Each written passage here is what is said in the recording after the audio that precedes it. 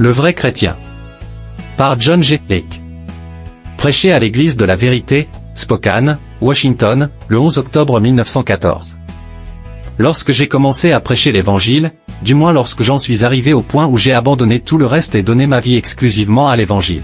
Exclusivement à l'évangile, un certain nombre de mes amis de la ville de Chicago avaient l'habitude de venir m'écouter prêcher, des courtiers du Board of Trade et d'autres amis du monde des affaires qui faisaient partie de mon cercle.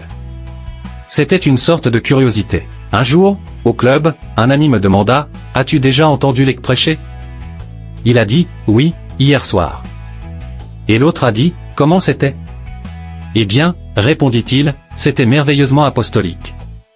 Il a pris un texte et est allé partout prêcher la parole. Lorsque la secrétaire m'a demandé quel serait le sujet de mon sermon hier, je lui ai dit que c'était « le vrai chrétien ». J'espère que le Seigneur me permettra de rester raisonnablement en contact avec ce sujet. Cependant, je préférerais que le Seigneur ait sa façon de faire plutôt que la mienne. Un chrétien est unique. Il est seul. Il supplante tous ceux qui l'ont précédé. Il n'aura pas de successeur. Il est l'homme dans ce qu'il a de meilleur et le meilleur effort de Dieu pour l'humanité. Lorsque la conception d'un chrétien aura été établie dans nos esprits comme le Nouveau Testament établit le chrétien idéal, nous comprendrons alors comment il se fait que les hommes aient été prêts à abandonner tout le reste du monde pour atteindre le Christ, pour atteindre son caractère, pour devenir possesseurs de son esprit. Je suis allé en Afrique du Sud à une époque tout à fait unique dans l'histoire de la nation, juste après la période de reconstruction qui a suivi la guerre des Beurs. À cause de la Grande Guerre, la population indigène avait été effrayée et avait pratiquement quitté le pays. Ils s'étaient éloignés de la zone de guerre, qui couvrait pratiquement tout le pays. Les grandes mines dépendaient de la main-d'œuvre autochtone et la question se posait de savoir comment il était possible de poursuivre le travail dans un tel climat de peur. Finalement, il a été proposé de faire venir 100 000 hommes de Chine. Ils ont été recrutés sur la base d'un contrat de 3 ans. Le gouvernement britannique a envoyé une flotte là-bas et les a tous ramenés en même temps. Ils formaient une véritable colonie vivante. Ils ont amené leurs enseignants, leurs prédicateurs, leurs prêtres et leurs prophètes. Les Chinois sont en grande partie confucéens et bouddhistes. À la même époque, les Indiens de l'Est qui vivent en Afrique du Sud, et ils sont nombreux, je pense que dans le seul Transvaal, ils sont 250 000, ont estimé qu'ils ne recevaient pas du gouvernement l'attention qu'ils méritaient en matière d'éducation, et le gouvernement britannique a donc envoyé des enseignants, religieux et laïcs, pour les remplacer. C'est ainsi que le Bouddha, le yogi et beaucoup d'autres sont venus et ont établi leur quartier général à Johannesburg. Notre ministère était quelque peu unique. Nous étions les seuls à organiser des réunions et à prêcher sur le thème de la guérison. Au bout d'un certain temps, je me suis rendu compte qu'il y avait là une possibilité que je n'avais jamais eue auparavant. Si je parvenais à réunir ces différents prêtres et enseignants des diverses religions orientales, nous pourrions avoir un échange de pensées. Nous pourrions accomplir quelque chose. Cela me donnerait au moins l'occasion de discuter illisible. Je connaissais dans une certaine mesure les religions orientales, mais je n'avais jamais été en contact avec la vie de l'âme. Au bout d'un certain temps, l'affaire a donc été réglée. En même temps, nous avons ajouté à notre compagnie un rabbin de Chicago, le Dr Hirst. Nous avions une combinaison, je suppose, représentant toutes les grandes religions de la Terre. Grâce à de sages échanges, à des conseils et à beaucoup de prières, nous avons finalement réussi à créer un tel climat de fraternité entre ces différentes personnes qu'elles ont pu s'exprimer avec une grande liberté. Nous sommes souvent restés assis du coucher du soleil au lever du soleil, à comparer nos notes et à passer en revue les différents enseignements. Cela a eu un tel effet sur moi que j'ai quitté cette série avec cette conclusion, il y a beaucoup de lumière dans le monde, et les hommes cherchent à tâtons la lumière. Certains la possèdent plus que d'autres, mais tous la possèdent dans une certaine mesure. En rentrant chez moi le dernier matin, j'ai dit à un homme, une chose a certainement été démontrée, c'est qu'en Jésus-Christ il y a une vie divine dont, lorsqu'un homme devient un vrai possesseur, il a une appréciation plus riche de son pouvoir qu'aucun autre homme ne possède. Depuis ce jour, je suis devenu plus chrétien, un vrai chrétien, que je ne l'avais jamais été auparavant. Je suis convaincu ce soir qu'il y a dans la vie, le caractère, l'enseignement et la vertu de Jésus-Christ un secret profond qui, lorsqu'un homme l'atteint, le rend vraiment riche au-delà de toute mesure.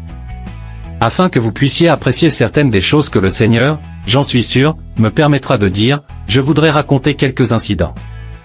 Il semble que je puisse enseigner des choses par le biais d'incidents que je ne peux enseigner d'aucune autre manière. Parmi mes jeunes amis en Afrique du Sud, il y avait 2 jeunes hommes que j'ai considérés comme les plus brillants que j'ai jamais connus. Jamais connus. l'un était un bourg. Il s'appelait Von Schild et était le fils d'une vieille lignée de Hollandais très instruits. L'autre s'appelait Kritzmal. Il était issu d'une génération de prédicateurs de l'église d'Angleterre.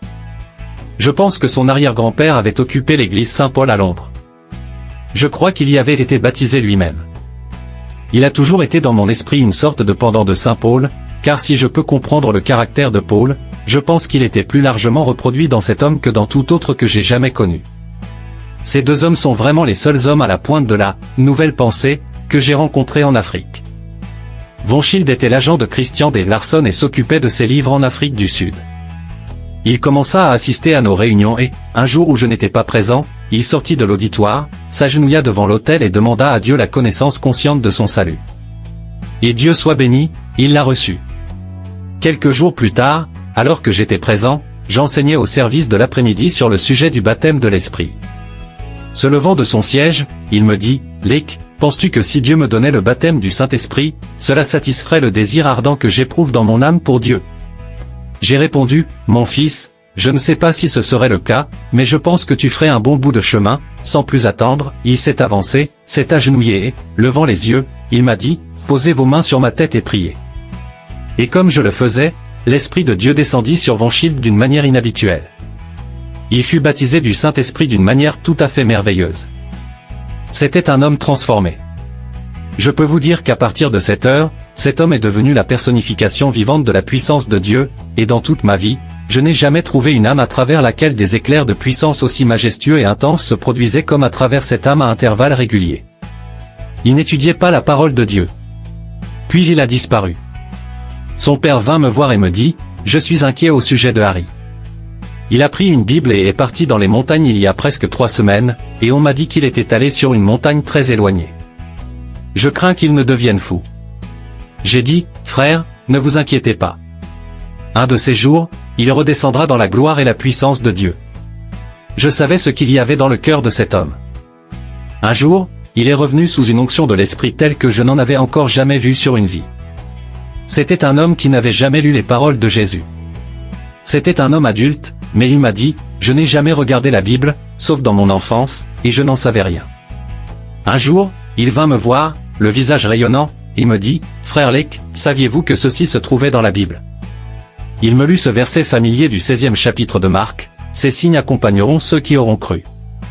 Ils chasseront les démons. » Entre autres choses, il est dit que le croyant accomplira, qu'il chassera les démons. Me regardant en face avec beaucoup de sérieux, il dit, « Mon Dieu. J'aimerais bien connaître quelqu'un qui a un démon. » Je crois que Dieu avait prévu cette situation, car je me suis souvenu que, quelques jours auparavant, j'avais reçu par courrier une demande pour un fils aliéné. La mère disait, « Pour autant que je sache, mon fils a un démon, » et elle demandait que nous puissions venir prier pour que le démon soit chassé. J'ai donc pris la lettre et je l'ai remise à mon père. Il m'a dit, « C'est à 2 ou 3 pâtés de maison de chez moi. » Il a dit, « Je vais trouver ce type et je reviendrai vous chercher. » Et pendant ce temps, je me disais, voici une âme qui vient de naître à Dieu et dont la vision entre dans le domaine réel de la puissance de Dieu. Je me suis rendu compte que mon propre esprit n'avait pas atteint le degré de foi de cette âme et j'ai dit, je ne veux rien faire ni dire qui puisse décourager cette âme le moins du monde. Il est revenu et m'a dit, frère Lake, venez. Nous sommes allés trouver un garçon qui était fou depuis sa naissance. Il était comme un animal sauvage. Il ne voulait pas porter de vêtements et s'écraser ou écraser quelqu'un d'autre avec tout ce qu'on lui donnait. Il ne pouvait même pas avoir un plat pour manger. Mais au centre de l'enclos où il se trouvait, ils avaient creusé une grosse pierre et ils y mettaient sa nourriture et le laissaient la manger comme un animal. Nous avons essayé de l'attraper, mais il était aussi sauvage qu'un lion. Il sautait juste au-dessus de ma tête. Finalement, son père a dit, vous ne l'attraperez jamais ici. Pendant tout ce temps, j'ai compris ce que la situation signifiait.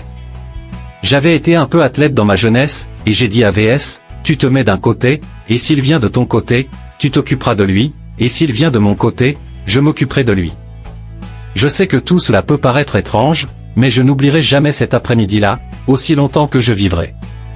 En regardant le jeune homme, Von Schild, je pouvais voir l'éclair de la foi, et je savais que s'il mettait la main sur le fou, le diable sortirait. Il a ensuite atterri de mon côté du lit et, en un instant, Von Schild s'est jeté sur le lit, a posé ses mains sur sa tête et a ordonné à ce diable de sortir.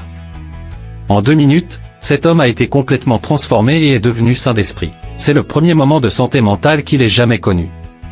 Quelque temps plus tard, la famille a déménagé dans une autre région du pays, et j'ai perdu sa trace. Un autre incident dans la vie de cet homme vous aidera à comprendre cette chose. Les Beurs, en particulier dans le Transvaal, étaient un peuple de pionniers. Ils avaient quitté la colonie du Cap et vécu parmi les indigènes pendant de nombreuses années. Finalement, ils ont réussi à établir leur propre communauté et plus tard une république. Ils ne bénéficiaient pas de bonnes écoles.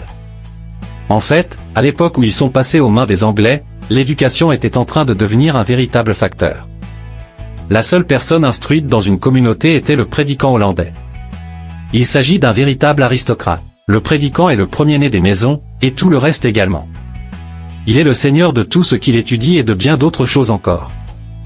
Je crois qu'il s'agissait de personnes dotées de toute l'autorité que les prêtres d'Irlande exercent sur leurs concitoyens. Je voulais vous laisser avec la conception d'un prédicant hollandais pour que vous puissiez comprendre comment un jeune homme, non reconnu comme prédicateur, est situé lorsqu'il commence à prêcher l'évangile du Christ d'une manière différente de celle du prédicant.